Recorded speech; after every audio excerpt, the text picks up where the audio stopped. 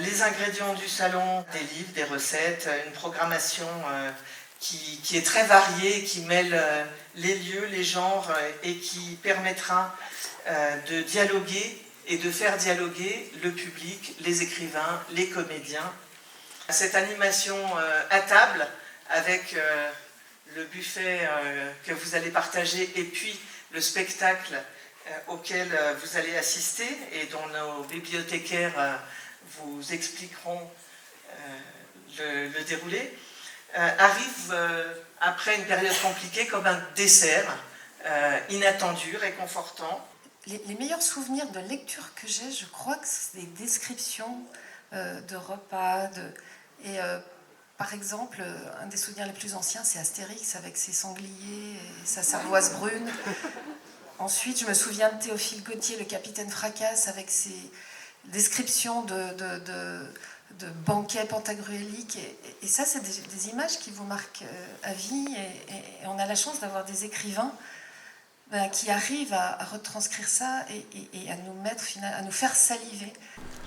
Toutes les viandes fumées, salées ou à l'huile, ou bien évidemment en sauce. Pour que tu te trouves plus belle quand tu me verras toute nue. J'ai perdu 20 kilos, qu'en es-tu aperçu?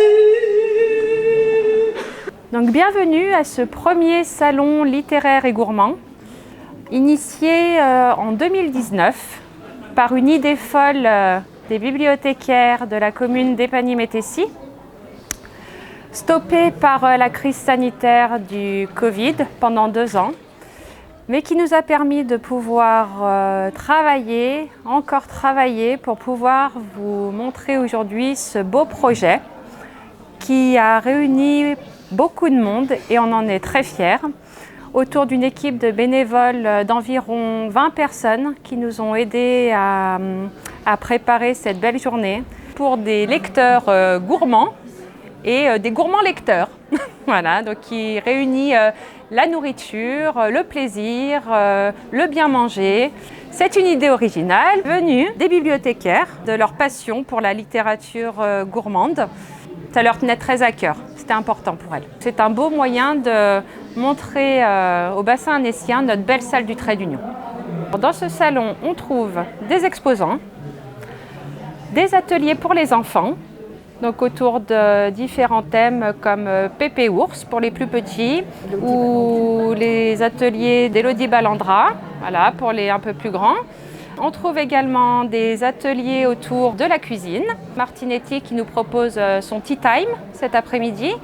Et on trouve également des conférences autour de notre invitée d'honneur Sonia Esgoulian de la littérature, de la cuisine.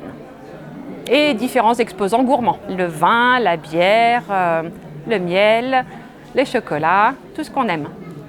La notion de solidarité est également développée par plusieurs de nos auteurs et nous avons la chance d'avoir Boris Tavernier avec Alpar parmi nous et le VRAC, voilà, qui font partie également de notre salon. C'est une réussite. Ah oui. Voir le bonheur et le sourire sur toutes les personnes qui sont venues nous rendre visite aujourd'hui. Et on en est très fiers.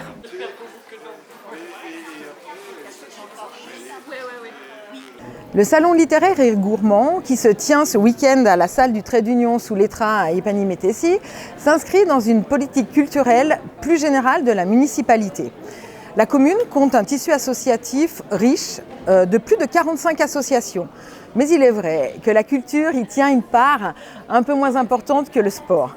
C'est pourquoi nous avons décidé, il y a quelques années, de construire cette salle du Trait d'Union, pour apporter à nos associations et à nos habitants non seulement un endroit pour festoyer, pour se rencontrer, mais également un lieu où ils pourraient assister à des concerts, à des spectacles, à des expositions. Malheureusement, peu après l'inauguration de cette salle, la pandémie s'est invitée et a ralenti notre dynamique. Mais j'espère sincèrement que ce salon sera le premier événement culturel d'une longue série.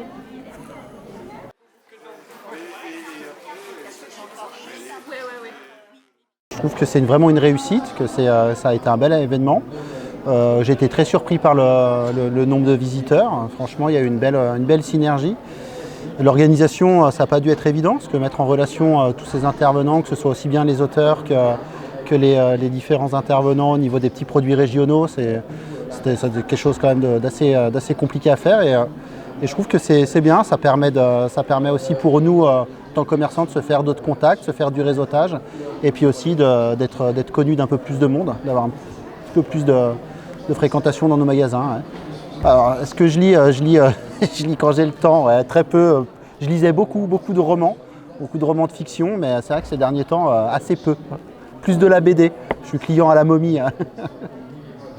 Alors le fait de lier la littérature et puis la gastronomie, je trouve ça assez pertinent parce que finalement, dans la littérature, il y a toujours une part d'imaginaire. Finalement, on s'y réfugie. Et puis des fois, justement, associer un peu l'imaginaire et le gustatif, c'est quelque chose qui fonctionne bien.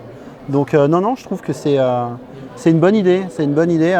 Et puis alors, finalement, la littérature sur la gastronomie, c'est pas forcément un domaine qu'on explore trop quand on aime lire. Et je pense que ça gagne à être connu, parce qu'il y a quand même de jolis projets, là. Il y a des belles choses. Ce premier salon est plutôt réussi. Alors nous, on a eu la chance en tant qu'auteur-illustrateur d'aller dans les écoles en amont du salon. On partage avec les enfants un petit moment de lecture, d'atelier. Et du coup, on les invite à venir nous voir le samedi. Donc moi, j'ai eu aujourd'hui beaucoup d'enfants croisés jeudi et vendredi dans les classes. J'ai vu les écoles, chaque classe pendant 2 heures. C'est aussi très confortable pour nous parce qu'on peut faire à la fois un moment d'échange et à la fois un moment d'atelier. Il y avait deux albums qui étaient sélectionnés par rapport au salon et à la thématique du salon. C'était la soupe aux épices. Et puis il y avait La Fée Tartiflette aux éditions Boule de Neige, qui est un livre un petit peu loufoque, drôle, autour du reblochon. Donc c'est ces 2 albums vers lesquels les enfants se sont tournés et avec lesquels on a pu partager un moment. Il y avait une exposition autour de mon travail, animée par des bénévoles et des personnels de crèche. Et aujourd'hui, j'ai pu rencontrer donc 2 types de publics. Un public plutôt grand autour de la soupe aux épices. Nous avons fait un atelier carte postale. Et un atelier parents-enfants autour du pépé ours. Donc c'est vrai que j'ai pu à la fois partager des moments avec le grand public et à la fois dédicacer mes livres sur le stand du libraire Lis le Livre. Pour une première, je trouve ça plutôt réussi. Parce qu'on sait que les premières, des fois, les gens aussi ont du mal à se repérer dans l'événement. Et suite au Covid, on sait qu'on a perdu certaines habitudes de culture, donc plutôt intéressant.